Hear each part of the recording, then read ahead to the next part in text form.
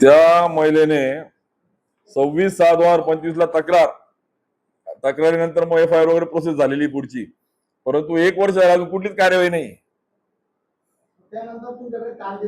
काल हातामध्ये आलंय पत्र आणि ते वाचताना तुम्हाला सांगतो, आता सन्माननीय आमदार मंगेश दादांना देखील मी आवाहन करणार आहे की आम्ही पण छत्रपतींचे मावळे आहोत, आम्हाला पण संस्कार आहेत.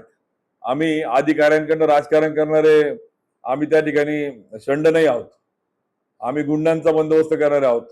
आणि मग ज्या वेळेस हे वाचत होतो ना, त्यावेळेस माझ्या तोंडून एक शिवी आली. ती नको होती, खरं मला खेद होतोय, पण ती मी काही जाणून बुजून दिलेली नाही. ते वाचत असताना संताप होता आणि त्या संतापात दिलेली शिवी, मला असं वाटतं की तुम्ही मंगेश दादा चाळीसगावला तुम्हाला नुसतं कळलं की या कॅफेत चुकीचे काम होतं, तुम्ही कॅफेची तोडफोड केली.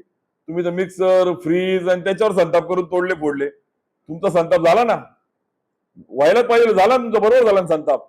पण त्या ठिकाणी काय चालू होतं नाही होतं, कोणाची तक्रार तर नव्हती तिथे, तरी तुम्ही तो स्टंट केला. पण माझी तुम्हाला विनंती की इथे तर सत्य आहे. DPTC मध्ये त्या कोणत्याही महिलेची तक्रार नसताना तुम्ही एखाद्या महिलेला अशा पद्धतीने एखादी लोकप्रतिनिधी करतो का? एखाद्या अधिकाऱ्याला त्या संदीप पाटलांना सस्पेंड करण्याचा इतिहासात पहिल्यांदा घटना घडली आणि त्या महिलेची कुठलीही तक्रार नाही. म्हणजे तुम्हाला इतका स्टंटपणा करायचा तर करा ना. हिची तक्रार नाही 1 वर्ष झालेली. जर मी आमदार असताना माझ्या मतदारसंघातल्या माझ्या पोलीस स्टेशनच्या कर्मचाऱ्याची जर शारीरिक आणि मानसिक छळ होत असेल आणि मी जर रायगडवारीच्या नावाने छत्रपतीचं नाव घेत असेल, तर छत्रपती नाव घेण्याचा अधिकार तुम्हाला नाही. छत्रपतींनी कडेलोट करायचा विचार दिलाय समाजापुढे. छत्रपतींनी तर चौरंग करून कसे कसे शासन केले आपल्या पुढे दाखले की परस्त्रीला माते समान कशा पद्धतीने वागणूक दिली पाहिजे. आणि तुम्ही वा रे वा छत्रपतींचे मावळे.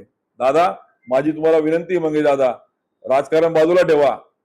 आपण मतांचं राजकारण ते करत राहू, पण तुम्ही उलट पुढे या. आम्हाला आमच्याकडे आलं ते आम्हाला नको, तुमच्याकडे यायला पाहिजे होतं, तुमच्याकडे आलं नाही दुर्दैवाने. ते तुमच्याकडनं त्यांना न्याय मिळत का नाही मला माहित नाही, पण तुम्ही हातात घ्या, तुम्ही पुढे या. उलट आपण मिळून करू, किंवा तुम्हाला नाही सोबत मी लागणार तर तुम्ही करा, पण द्या न्याय त्या महिलेला, द्या त्या अधिकाऱ्याला चपराक, द्या त्या प्रवृत्तीला चपराक. का त्या प्रवृत्तीला मागे घालता तुम्ही पाठीशी? या उलट उन्मेष पाटील शिवीगाळ करतो म्हणून त्याला ट्रोल करायचं. अरे, राजकारण करायला खूप बाबी आहेत ना. म्हणजे त्या महिलेची आबरू, त्या महिलेचं मानसिक शारीरिक काय त्याचं मनस्ताप होतोय त्याच्याकडे तुम्हाला ती बाब तुम्हाला लक्षात नाही येते.